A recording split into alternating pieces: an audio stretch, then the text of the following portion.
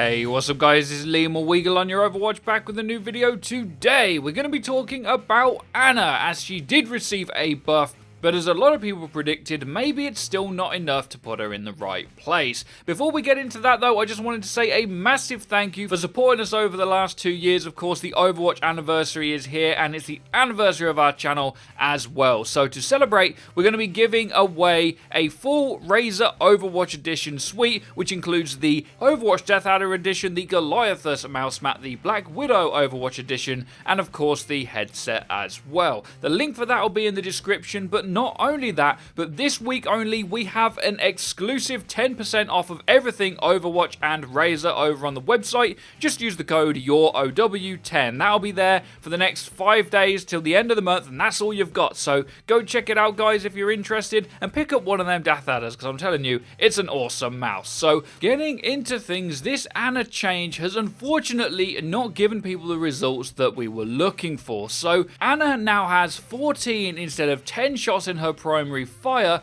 and she now shoots through her allies that have full health. Now this has actually created more problems than I think it solved. This was in case someone walked in front of you, you'd be able to heal someone behind them, particularly in a chaotic fight. And even though that was something that a lot of people would run into from time to time, the issue it's creating is that because Ana's healing is over time, you used to be able to shoot a teammate at full health as they were taking damage, and it would heal them over that time. Well, now it goes straight through them, so you can't preemptively heal anymore. You have to do it when they get damaged, which is a bit of a problem for Ana, as she is so incredibly hard to use anyway. I think at best it's just where she was before. Now, it always used to be true about Ana that she was a high skill, high reward hero. This is why someone like Ryu Jaehong was famous, because of how good he was with Ana at pro play. But the tide has actually turned on that dynamic as well, because now, with the way the meta has changed, even at pro play, Ana doesn't really see any use. Sometimes on defense on Numbani and some other choice maps and positions, she might get picked over Mercy, for example, but when the best people in the game are not playing a hero, that also leaves us down in the ranked mode with, well, should we ever really pick Ana? And honestly, right now, I think the answer is no. The dynamic has completely swapped. No longer is it worth for you to try to hit a sleep dart on a Genji in the backline when you could just pick Mercy and fly away? What's the point in trying to shoot someone that's really hard to hit with Ana to heal them when you could just heal them with Mercy at the click of a button? The ease of use in Overwatch has become stronger and stronger for so many heroes in the more recent metas, and in this one, Ana just gets left behind, unfortunately, even for the people that are amazing at her. Ana has a few more issues as well. One of them is back to the evasiveness. A lot of the other support heroes have get out of jail free cards. Zenyatta's a little bit different to that, but Zen can more reliably duel someone than Ana can a lot of the time, and also when Ana is zoomed in trying to heal someone or even do damage to an enemy, she's quite an easy target for the Hanzos and Widowmakers that are rampant throughout all levels of play right now. In fact, in nearly every single way that you could compare Ana to another support, Mercy is actually better. Even after all of her nerfs, Mercy is one of the most picked heroes in the entire game,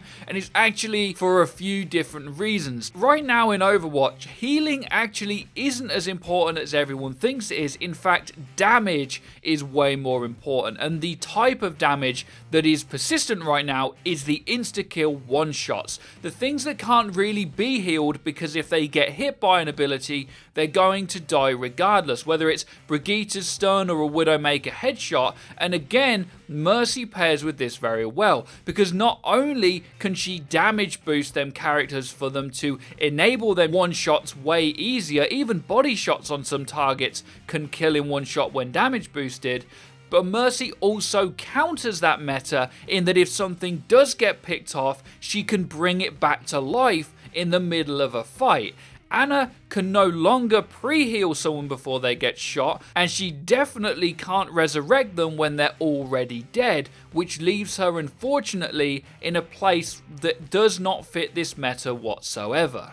And this is without even mentioning the fact that Mercy's ultimate is way more reliable than Ana's, can heal or damage boost the entire team for the duration whilst she is flying around in the air, impossible to hit, and there really is no competition. Now there's actually another issue that buffing Ana can bring, and I love Ana and I want to see her buffed. I'll get that out there, but how do you buff Ana without enabling her to bring back a really tanky meta? Now, some people may say that they enjoyed that, but if Ana gets her nade back, her radius is stronger, her burst healing is up, well, she just enables tanks everywhere. And then she can sit in the back line and heal them and have all this burst healing, and we have that nano Beyblade meta again almost if she's there. So there's this real question with, do we just buff Ana a little bit so she's in a similar situation like McCree, where he's really good if you pick him in the right place, but he's not a core meta hero. It's not possible for all of the heroes to be core meta,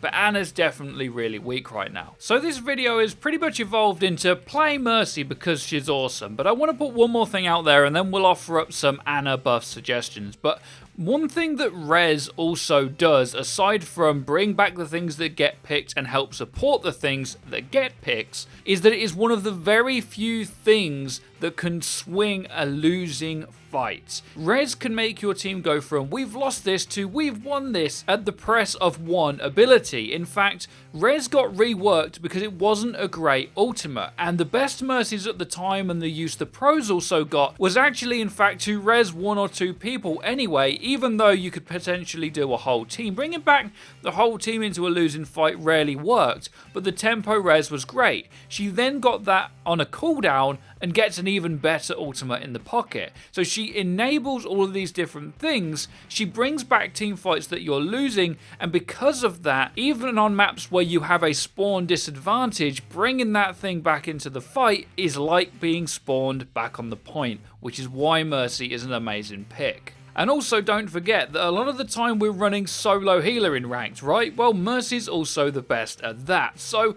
what do I think we should do with Ana? Well, as we've mentioned, she could become OP and enable a very horrible tank meta again if we're not careful. But I think we believe on the channel that if her anti-nade was as good as it used to be, with a bigger radius and slightly better burst healing, the way that the game has changed would probably be enough to not make her OP, but just viable in some situations. Another solution could be make Nano better. Now, I don't think Nano should give someone the ability to have the speed like it used to, because that was broken, but maybe you could get Nano just more often, or if she could self Nano in order to do more healing and maybe have unlimited ammo during that duration. That way she'd be way more tankier, way harder to pin down, or maybe she just got an extra sleep dart when she nanoed herself. Anything like that, some kind of quality of life change that could at least get her into a place where McCree is, where he's not great but at least is good sometimes, is where I think Ana should be. So guys, in answer to the question, was the buff enough? No, I really don't think so. We do have Brigitte in the game, and I think a lot of people are starting to agree that she was brought in to solve the Tracer issue at Pro Play, but in Ranked, Brigitte actually causes a lot of problems to the flow of the game and the fun of the game as well. So let us know what you think. Be sure to drop a like, because it does help us out and lets us know that you're enjoying the content, and you're going to want to hit that bell icon so you get notified when our videos go live. Should have a great day as always. Take care and peace, people.